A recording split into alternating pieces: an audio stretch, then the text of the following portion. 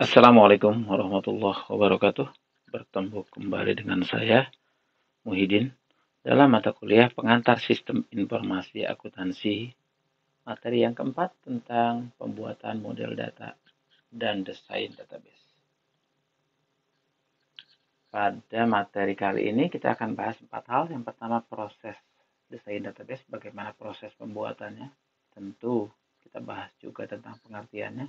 Kemudian diagram hubungan entitas atau juga dibilang juga dengan entity relationship diagram, disingkat dengan ERD. Kemudian kita kenal juga dengan model data REA. Nanti setelah kita buat modelannya, kita juga bangun atau buat diagram REA untuk satu siklus transaksi. Kemudian mengimplementasikan diagram REA dalam database relasional. Itu 4 hal yang kita pelajari. Kemudian pada proses desain database ada 6 tahap yang akan kita bahas. Yang pertama, tahap koleksi dan analisa kebutuhan. Kemudian desain basis data dan desain basis data konseptual, pemilihan DBMS, Database Management System, pemetaan model data atau desain database logika, kemudian desain basis data fisik, lalu implementasi basis data dan tuning. Sebelum kita bahas, kita lihat dulu penggambarannya dalam bentuk yang sedikit berbeda, tapi maksudnya sama. Fase 1 atau tahap 1 tadi, requirement collection analysis, atau koleksi dan analisa kebutuhan. Kemudian tahap 2, database desain basis data konseptual. Kemudian pemilihannya, milih yang mana. Lalu pemetaan model datanya. Kemudian desain basis data fisik. Dan yang keenam, implementasi basis data dan tuningnya. Nanti yang dibutuhkan dari data konten atau strukturnya, implementasinya seperti ini. Kita jelaskan satu persatu. Yang pertama, tahap 1 dahulu. Untuk tahap 1, sebelum melakukan desain database, kita harus mengetahui dan menganalisa keinginan pemakai terhadap satu database sedetail mungkin. Proses ini disebut dengan koleksi dan analisa kebutuhan. Untuk menentukan kebutuhan, pertama kali harus diidentifikasi bagian lain dari sistem informasi yang berhubungan dengan sistem database, termasuk di dalamnya pemakai dan aplikasi baru dan yang sudah ada. Kemudian, kebutuhan dikoleksi dan dianalisa.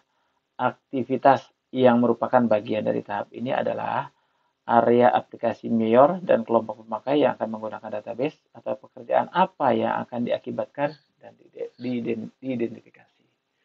Dokumen yang sudah ada berhubungan dengan aplikasi dipelajari dan dianalisa. Dokumen lain seperti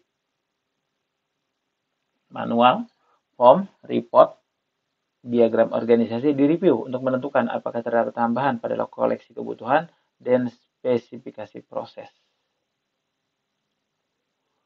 Lingkungan operasi saat ini dan rencana penggunaan informasi dipelajari, termasuk di dalamnya analisa tipe transaksi dan frekuensi penggunaannya, dan aliran informasi dalam sistem.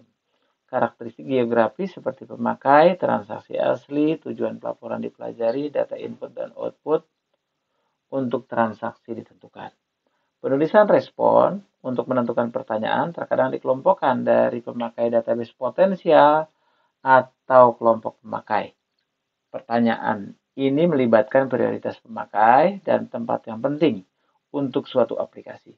Individu dilakukan interview untuk menolong dalam memperoleh informasi yang berharga dan setting prioritas.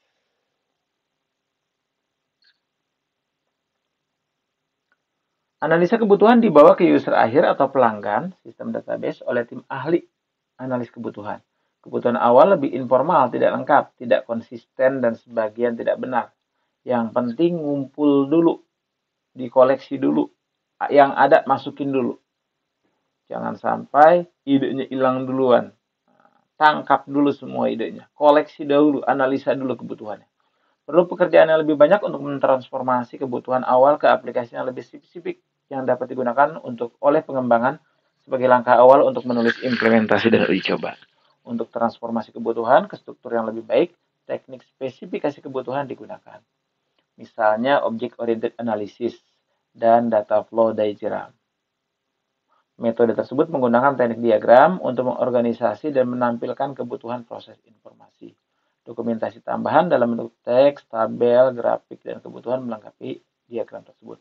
Jadi tahap 1 ini koleksi dan analisa kebutuhan biasanya ada alat bantunya, kita pakai OOA atau DFD yang kita pakai, data flow diagram. Kita masuk ke tahap kedua. Untuk tahap 2, desain basis data konseptual. Tahap kedua dari perancangan database melibatkan dua aktivitas paralel. Aktivitas pertama yaitu desain skema konseptual, menentukan kebutuhan data yang dihasilkan pada tahap 1 dan menghasilkan skema database konseptual. Aktivitas kedua, desain transaksi dan aplikasi, menentukan analisa aplikasi database pada tahap 1 dan menghasilkan spesifikasi level tinggi untuk aplikasi tersebut. Tahap 2B-nya, desain transaksi. Tujuan dari tahap 2B di mana proses dilakukan paralel dengan tahap 2. Ini berbarengan. Makanya saya masukinya tetap tahap 2 juga. Untuk mendesain karakteristik transaksi database yang diketahui aplikasi dengan cara DBMS Independent. Database Management System Independent. Jika suatu sistem database dirancang, perancang sadar beberapa aplikasi yang diketahui atau transaksi yang akan dijalankan dalam database diimplementasikan. Bagian terpenting dari perancangan database adalah menentukan karakteristik fungsi transaksi tersebut sebelumnya dalam proses perancangan. Hal ini menjamin skema database akan memasukkan semua informasi yang dibutuhkan oleh transaksi tersebut. Kemudian, tahap 3, pemilihan database. Pemilihan database berdasarkan beberapa faktor, hal teknis, ekonomi, maupun kebijakan organisasi. Jadi kita mau pakai apa? Bisa juga karena harganya, misalnya kita tentukan mau ngambil pakai dari versi yang free gitu ya. Kalau versi yang free ada MariaDB, ada MySQL, ada PostgreSQL, atau kita juga bisa ambil versi lain, tidak selalu yang open source, yang free dan open source itu lebih kegunaannya lebih jelek gitu dibandingkan dengan yang berbayar. Belum tentu, bisa jadi tingkat kebutuhannya kita memang perlu pakai itu, ya nggak ada masalah gitu. Kalau beberapa DBMS yang berbayar misalnya miliknya Microsoft ada SQL Server atau miliknya Oracle dengan Oracle itu sendiri. Nah, kita bisa pilih, kita bisa menyesuaikan. Atau ada DBMS yang lain. Tergantung kita mau ambilnya apa. Super acquisition cost, harga upfront, pembeliannya bagaimana. Maintenance cost, ini berhubungan dengan harga layanan pemeliharaannya. Apakah selalu up to date atau tidak. Hardware acquisition cost, perangkat kerasnya sanggup nggak buat jalanin aplikasi tersebut gitu. Terus memorinya bagaimana, orangnya ada nggak yang bisa menggunakan gitu. Jangan sampai kita pilih misalkan PostgreSQL, ternyata di situ usernya, penggunanya rata-rata adalah pengguna MariaDB misalnya. Ya kan nggak nyambung gitu. Harus ada learning cost tambahan. Ya, atau di sini diistilahkan dengan training cost. Kemudian database creation and conversion cost berhubungan dengan biaya pembuatan sistem database dan konversi sistem yang sudah ada. Kalau memang sudah ada, dilarikan ke DBMS baru, ini bagaimana? Biayanya jadi berapa? Kemudian personal cost, akuisisi perangkat lunak DBMS yang pertama kali oleh organisasi. Biasanya dilakukan dengan reorganisasi departemen dan processing. Kemudian training cost, karena DBMS biasanya berupa sistem kompleks, personal harus di training terlebih dahulu. Gitu. Atau kalau memang sudah ada, ya tinggal gunakan yang ada. Training diperlukan bagi semua level, termasuk programming, pengembangan aplikasi, dan administrasi. Operating cost, biaya operasi lanjutan dari sistem database biasanya tidak termasuk dalam evaluasi. Keuntungan DBMS tidak mudah diukur dan dihitung. Jadi ketika pakai DBMS, keuntungannya nggak langsung kelihatan. Ngukurnya juga rada sulit. DBMS mempunyai beberapa keuntungan dibandingkan sistem file, seperti mudah dalam penggunaan, konsolidasi informasi perusahaan yang lebih luas, ketersediaan data yang lebih luas, dan akses yang lebih cepat ke informan. Dengan akses berbasis web, bagian data dapat dibuat akses global seperti pemakai luar. Keuntungan lainnya adalah mengurangi biaya pengembangan aplikasi, mengurangi redundansi data dan keamanan, dan kontrol yang lebih baik. Database sudah digunakan pada banyak organisasi. Keputusan berpindah dari aplikasi berbasis file ke database terpusat dikarenakan beberapa faktor. Biasanya, kalau aplikasi berbasis file ini contohnya misalnya Microsoft Excel gitu ya. Kalau DBMS ya contohnya tadi misalnya saya sebutin MySQL atau MariaDB. Biasanya yang pindah dari basis file ke basis database, pertama karena kompleksitas datanya, relasi data menjadi lebih kompleks memerlukan DBMS yang kuat. Sharing di antara aplikasi, semakin besar sharing antara aplikasi, semakin banyak redundansi file dan lebih besar kebutuhan akan DBMS. Pertumbuhan dan perubahan data secara dinamis. Jika data berubah secara konstan, lebih mudah melakukan perubahan dengan DBMS dibandingkan dengan sistem file. Apalagi kalau buatnya file satu-satu.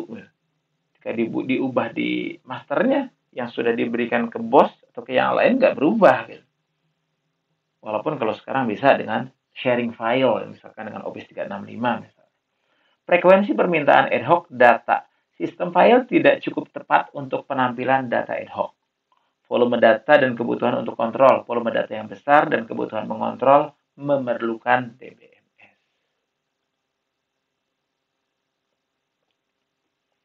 Beberapa faktor ekonomi dan organisasi yang berakibat pemilihan DBMS. Satu, organization-wide adoption of certain philosophy. Biasanya merupakan faktor dominan yang berakibat pada penerimaan model data. Misalnya relational atau pakai database objek. Vendor metodologi pengembangan dan alat bantu, misalnya penggunaan analisa berorientasi objek. Dan alat bantu desain dan metodologi dibutuhkan oleh semua aplikasi. Jadi ketika organisasinya berkembang, maka filosofinya juga berubah sehingga nambah lagi tuh database yang dilakukan. Kemudian familiarity of personnel with the system. Kalau staff yang sudah ngertinya, ya yang banyak dipahami oleh staffnya adalah satu merek, satu jenis DBMS saja, biasanya ya perusahaan akan ngikutin pakai itu aja. Karena sudah banyak yang paham. Jika staff programming dalam organisasi familiar dengan DBMS tertentu dapat mengurangi biaya training dan waktu pembelajaran. Kemudian availability of vendor service. Ketersediaan asisten vendor dalam pemecahan permasalahan dengan sistem sangat penting. Karena perubahan dari non-DBMS ke lingkungan DBMS kebanyakan membutuhkan bantuan vendor pada awalnya. Lalu frekuensi permintaan ad hoc data. Sistem file tidak cukup kuat untuk penampilan data ad hoc. Volume data dan kebutuhan untuk kontrol, volume data yang besar dan kebutuhan mengontrol memerlukan DBMS. Beberapa DBMS sekarang mempunyai versi yang berjalan pada beberapa konfigurasi perangkat keras atau perangkat lunak platform, kebutuhan aplikasi untuk backup, recovery, performansi, integritas, dan keamanan harus dipertimbangkan. Beberapa DBMS sekarang dirancang sebagai solusi total untuk memproses informasi dan manajemen sumber daya informasi yang diperlukan dalam organisasi. Kebanyakan vendor DBMS mengkombinasikan produk mereka dengan pilihan berikut. Editor teks dan browser, pembangkit laporan dan daftar utilitas, perangkat lunak komunikasi, entry data, dan penampilan form, layar, dan menu dengan pengeditan otomatis. Alat bantu untuk mengakses World Wide Web, Explorer-nya lah, atau browsernya. Alat bantu merancang database grafis. Biasanya udah jadi satu kesatuan kan. Tahap berikutnya dari perancangan database adalah membuat skema konseptual dan skema eksternal dalam model data dari DBMS terpilih dengan memetakan skema tersebut. Proses pemetaan dalam dua bentuk, sistem independent mapping. Pada bentuk ini pemetaan tidak mempertimbangkan karakteristik khusus data untuk kasus khusus yang diaplikasikan ke implementasi DBMS dari model data. Tailoring the schemes to a specific DBMS. DBMS yang berbeda mengimplementasikan model data dengan menggunakan pemodelan yang berbeda pula atau khusus. Hasil dari tahap ini berupa pernyataan DDL dalam bahasa DBMS. Terpilih yang merupakan skema level konseptual dan eksternal dalam sistem basis data. Tetapi jika pernyataan DDL termasuk beberapa parameter rancangan fisik seperti spesifikasi DDL yang lengkap, harus menunggu setelah tahap perancangan database fisik selesai.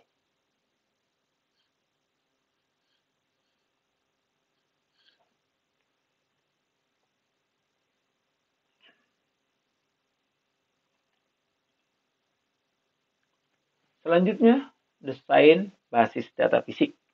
Perancangan database fisik, proses memilih struktur penyimpan khusus dan mengakses path untuk file database untuk mendapatkan performansi yang baik pada aplikasi database. Kriteria digunakan untuk basis data secara fisik adalah yang pertama, waktu respon. Berapa lama responnya? Utilitas ruang penyimpanan. Berapa banyak ruang penyimpanan yang harus digunakan untuk menggunakan database tersebut. Transaction throughput merupakan jumlah transaksi rata-rata yang bisa diproses itu berapa lama gitu. Jangan sampai aplikasi gagal bukan karena salah rancangannya, bukan karena salah yang lainnya, ternyata karena memang salah milih database-nya gitu. Karena memang database tersebut maksimal hanya bisa segitu misalnya. Itu harus sangat-sangat jelas.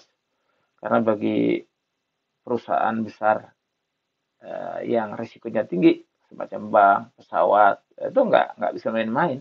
Lambat 1 menit, 2 menit itu jadi kerugian yang luar biasa. Setelah rancangan logika dan fisik selesai, kita dapat mengimplementasikan sistem database. Hal ini merupakan tanggung jawab DBA, Database Analysis, bersama desainer database.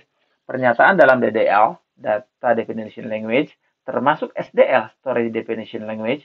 Kalau DDL ini bikin field-nya ya, atau bikin kolomnya. Misalnya nama, name, gitu. SDL itu storage-nya, isiannya. Perintah buat misalnya mau nampilin, select bintang, from, misalnya siswa. Ya. Dari DBMS terpilih, dikompilasi dan digunakan untuk membuat skema database dan file database kosong. Database dapat kemudian dipopulasikan dengan data jika data diubah dari sistem komputerisasi sebelumnya. Rutin konversi diperlukan untuk format kembali data untuk menyimpan ke database baru. Transaksi database harus diimplementasikan dengan aplikasi yang dibuat. Programming berdasarkan spesifikasi konseptual dari transaksi dan kemudian menulis dan melakukan uji coba kode program dengan perintah DML, Data Manipulation Language. Jika transaksi siap dan data disimpan ke database. Tahap perancangan dan implementasi selesai dan tahap operasi dari sistem database dimulai. Proses desain database seperti ini. Pertama, perancangan, lalu analisis persyaratan, desain, pengkodean, implementasi, operasional, dan pemeliharaan. Nanti setelah dicek pemeliharaannya, balik lagi ke rancangannya. Yang pembuatan model data terjadinya di bagian analisis dan waktu desain. Kaitannya dengan akuntan, bagaimana? Peran akuntan kalau dalam desain database bagaimana? Ya, pertama, di hampir di semua tahap dia ada ya, bagian si akuntan ini. Tahap perencanaan, akuntan menyediakan informasinya. Tahap analisis persyaratan, akuntan berpartisipasi dalam mengidentifikasikan kebutuhan informasi pemakai, mengembangkan skema logis. Tahap pengkodean, akuntan dengan keahlian sistem informasi akuntansinya melakukan kode-kode akuntansinya. Untuk kode 1 misalnya untuk aset gitu kan, kode 2 untuk hutang, kode 3 untuk modal, kode 4 misalnya, untuk pendapatan. Tahap implementasi, akuntan membantu menguji keakuratan database yang baru dan program aplikasi yang akan digunakan. tahap operasional dan pemeliharaan, akuntan menggunakan sistem database untuk memproses transaksi dan membantu mengelolanya. Jenis-jenis file. Nah, ini turun sedikit ya tentang file. Saya bahas sedikit. Bagian file sendiri ada yang namanya file utama atau master file. Konsepnya sama dengan buku besar dalam sistem informasi akuntansi manual. File transaksi, transactional file, konsepnya bersama dengan jurnal dalam sistem informasi akuntansi manual. Jadi kalau master file itu file yang tidak kaitannya dengan file lainnya. Kalau kaitan dengan database nanti itu adalah master tabel. Tabel yang tidak berkaitan dengan tabel lainnya. Kalau tabel transaksi ini sangat berkaitan dengan transaksi lainnya.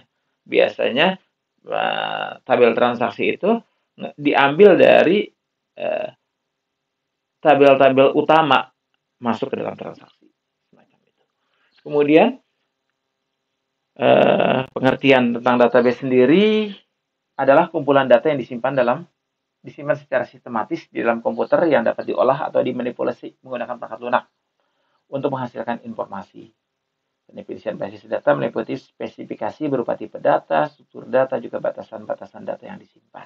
Basis data merupakan aspek yang sangat penting dalam sistem informasi karena berfungsi sebagai gudang penyimpanan data yang akan diolah lebih lanjut. Basis data menjadi penting karena dapat mengorganisasi data, menghindari duplikasi data, menghindari hubungan antar data yang tidak jelas, dan juga update yang rumit. Ini organisasi data. Ada yang disebut dengan data field, unit data terkecil, nomor pegawai, nama, record, ini isinya, kumpulan data field yang saling berhubungan. Kalau tadi misalnya Muhyiddin, kemudian 02, 02, 05 misalnya. File, kumpulan dari record yang berhubungan. Nah, ini nama lainnya adalah tabel, kalau dalam istilah database. Folder, kumpulan file yang terkait secara konseptual mirip dengan ranting pohon. Kemudian subfolder, folder yang ada di dalam folder. Database relasional, konsep dasar struktur data.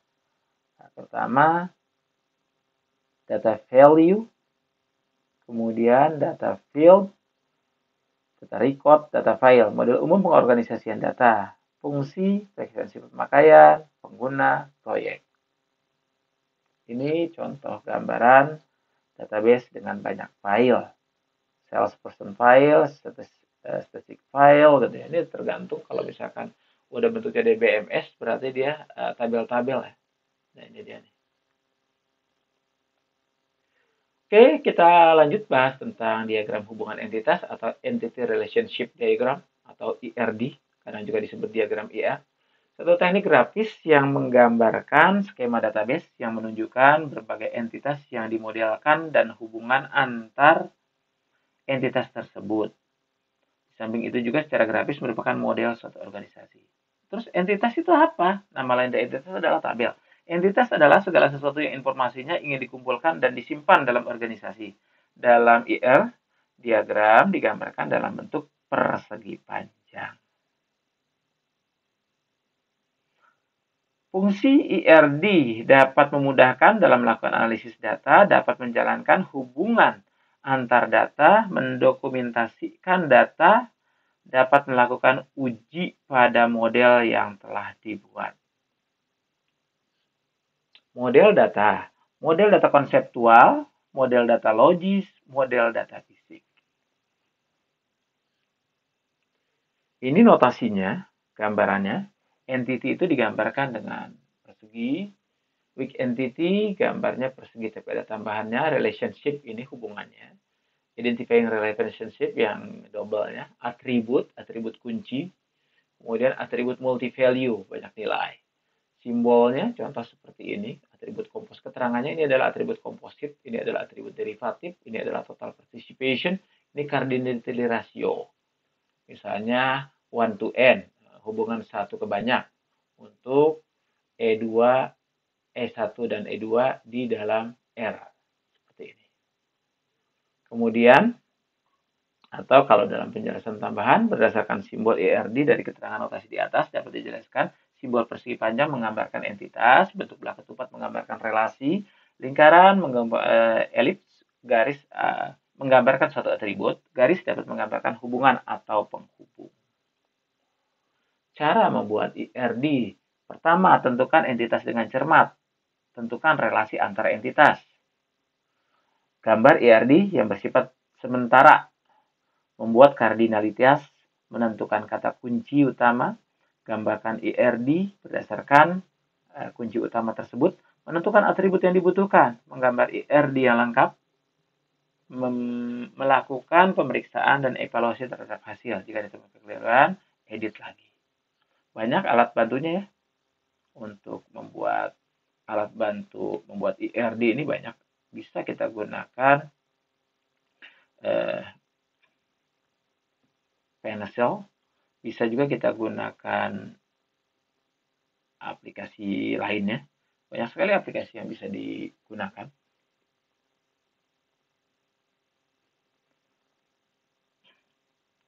Contoh IRD seperti ini. Ini IRD yang sudah lumayan banyak gitu ya. Makanya lah ini adalah IRD pemesanan tiket bioskop online. Admin misalnya nih, di dalam admin ada di dalam entity admin ini ada username, ada ID admin, ada password. Kemudian kaitannya si admin dengan laporan adalah admin bisa membuat laporan gitu. Admin bisa memanage customer. Di dalam entity customer ada field, nomor kontak, jenis kelamin, nama, dan seterusnya, dan seterusnya. Seperti ini gambaran tentang contoh IRD.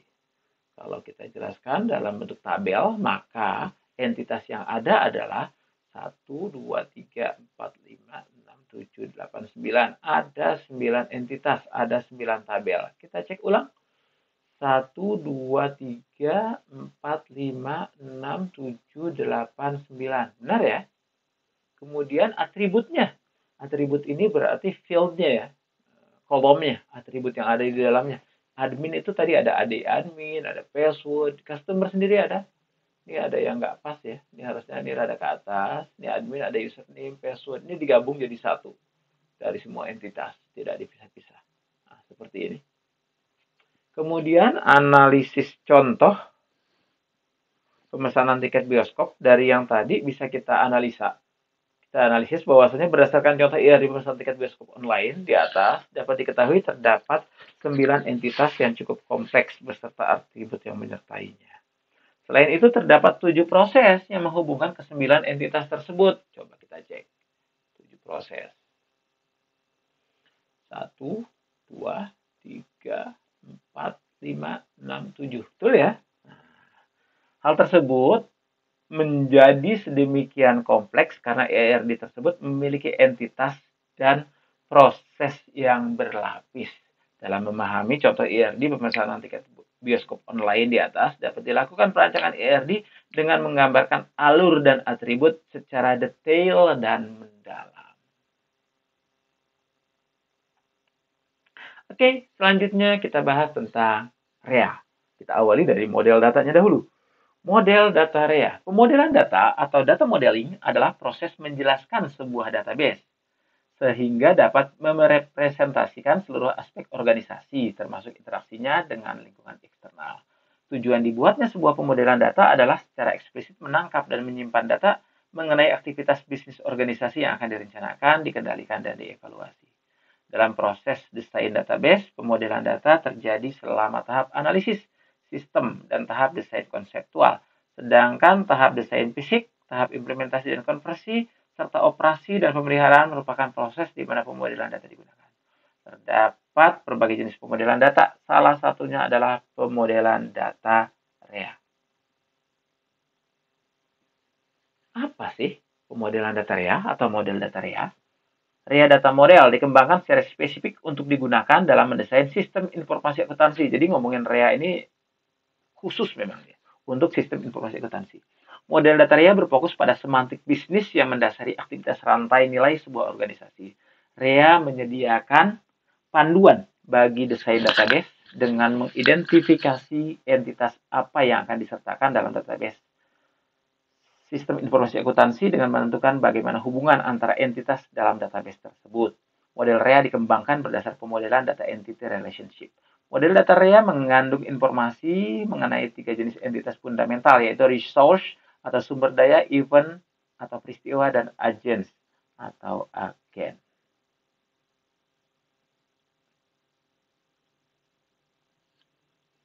Model data yang digunakan untuk mendesain database secara konseptual dengan cara mengidentifikasikan entitas apa saja yang seharusnya dimasukkan dalam database dan menentukan bagaimana membuat struktur antar entitas dalam database tersebut.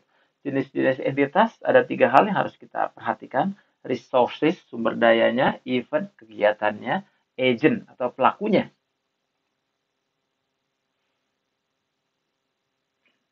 Agent adalah orang-orang yang terlibat dalam kegiatan yang informasinya didapatkan untuk tujuan perencanaan, pengendalian, dan evaluasi. Model REA menggambarkan bagaimana ketiga entitas tersebut saling berhubungan satu sama lain. Berikut fitur esensial dari pola tersebut. Setiap event berhubungan setidaknya satu resource yang dipengaruhi. Setiap event berhubungan setidaknya satu event lainnya. Setiap event berhubungan ke setidaknya 2 agen yang berpartisipasi. Cara mengembangkan diagram REA. Dalam mengembangkan sebuah diagram REA bagi satu siklus bisnis spesifik terdiri dari 3 langkah. Pertama, identifikasi events-nya. Kemudian identifikasi resource-nya yang dipengaruhi oleh event dan agen yang berpartisipasinya. Lalu tentukan kardinalitas dari setiap hubungan. Kita bahas satu persatu. Yang pertama, mengidentifikasi events-nya. Pertama, diagram REA dapat digambarkan ketika minimal terjadi 2 event, di mana terdapat pertukaran ekonomi dasar, give to take, yang dijalankan dalam siklus bisnis tertentu. Contoh siklus pendapatan. Ada membeli persediaan, lalu mendapatkan kas. Nah, ini kan ada kaitannya nih, ada siklusnya. Ini diagram REA-nya bisa digunakan. Siklus produksi, misalnya penggunaan waktu pegawai sama mendapatkan persediaan. Ini kan saling berkaitan. Siklus pengeluaran juga demikian, siklus penggajian demikian, siklus pembiayaan juga demikian. Kemudian yang kedua, mengidentifikasi resource yang dipengaruhi oleh setiap event dan agent yang berpartisipasi pada event tersebut. Ketika sebuah event yang relevan telah ditentukan, resource yang diperlukan dalam event tersebut diidentifikasi. Hal ini berkaitan dengan pertanyaan, resource apa yang dikurangi oleh event? Resource apa yang didapatkan oleh event memberi? Resource apa yang dipengaruhi oleh komitmen dari sebuah event? Kemudian yang ketiga, bagian ketiga menentukan kardinalitas dari setiap hubungan. Ini simbol-simbol yang harus kita pahami. Simbol seperti ini artinya kardinalitas minimumnya 0, maksimumnya 1. Contoh entity A, entity B. Nah, ini dia nih, saling berkaitan. Begitu juga untuk simbol yang kedua. Ini simbol seperti ini. Kemudian simbol yang ketiga, ini hanya maksimal 1 ini ya. Ini maksimalnya one to many, many to many. Oke, seperti ini entity kaitannya. Kemudian kita bahas tentang gambaran tadi. Kardinalitas menjelaskan sifat dari sebuah hubungan database yang mengidentifikasi jumlah keterjadian satu entitas yang mungkin diasosiasikan dengan suatu peristiwa tunggal dari entitas lain. Terdapat 3 entitas kardinalitas, yaitu one to one. Ketika kardinalitas maksimum, setiap entitas adalah 1. Kemudian one to many atau 1 ke n, ketika kardinalitas maksimum dari satu entitas dalam hubungan adalah 1 dan kardinalitas bagi entiti lainnya adalah banyak.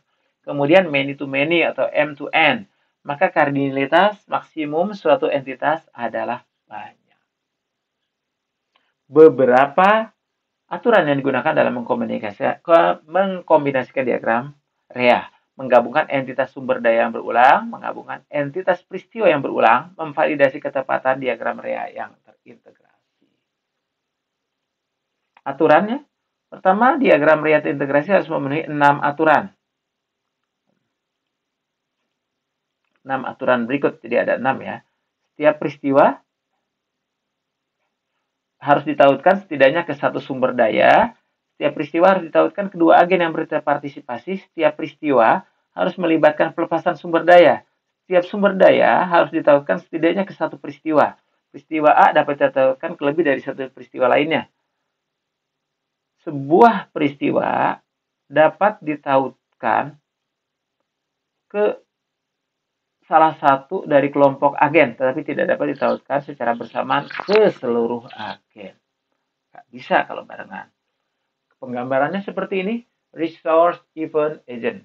Peristiwa atau resource atau sumber daya, ya event itu peristiwa. Resource sumber dayanya, inventory, eventnya sales, ya ketika terjadi penjualan. Ini inventory, resource ya, sumber dayanya. Yang terlibatnya adalah employee, customer, employee. Seperti ini penggambaran dari diagram REA untuk satu siklus transaksi.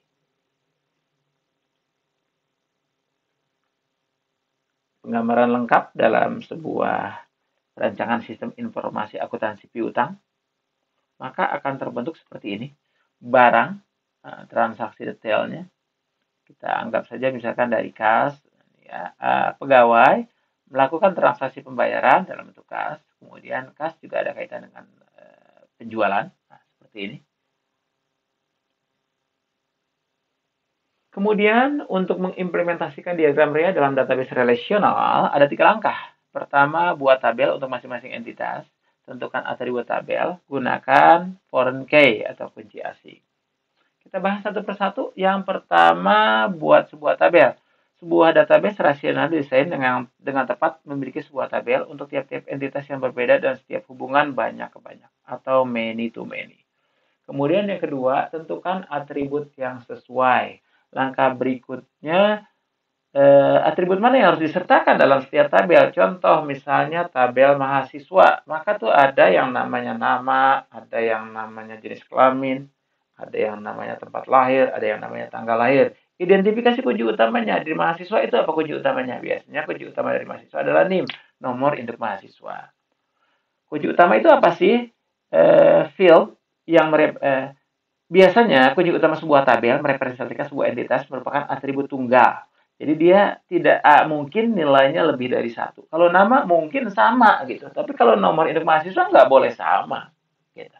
Kunci utama tabel hubungan many to many selalu terdiri atas 2 atribut yang merepresentasikan kunci utama tiap entitas yang ditautkan dalam hubungan tersebut.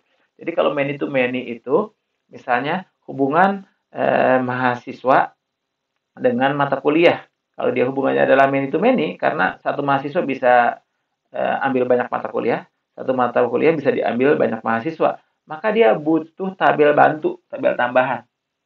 Kalau tadi nama tabelnya mahasiswa, yang kedua misalkan nama tabelnya mahasiswa, maka tabel ketiga adalah mahasiswa mata kuliah.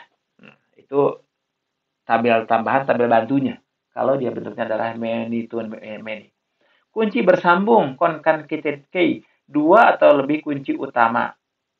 Tabel database lain yang bersama-sama menjadi pengidentifikasi unik atau kunci utama dari sebuah tabel hubungan. Many to many. Yang ketiga, tentukan atribut tabel yang sesuai. Masih satu lagi ya, belum yang ketiga, masih yang kedua, atribut yang sesuai. Tentukan atribut lain ke tabel yang sesuai.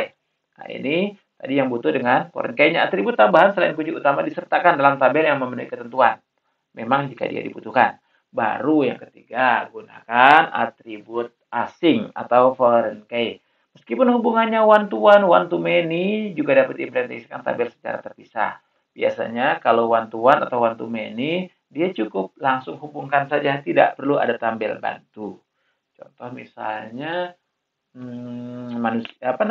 mahasiswa ke prodi, berarti hanya satu mahasiswa untuk satu prodi.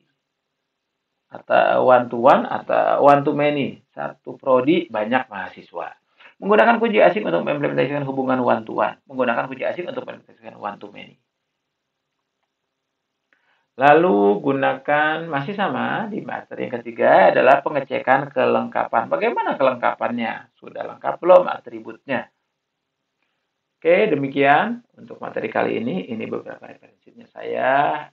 Tolong jawab kuis. Ini jadikan satu saja, kuis dan tugasnya. Saya buat beda, tapi di bagian tugas satu saja. Untuk tugasnya, kamu cukup buat IRD, akun media sosial. Kemudian buat satu lagi adalah diagram REA-nya. Untuk diagram REA-nya juga sama, silakan kalian buat. Terima kasih, mohon maaf atas salah kata dalam penyampaian, semoga yang kita lakukan bisa bermanfaat. Kita sempurnakan dengan hamdalah. Alhamdulillahirabbil alamin.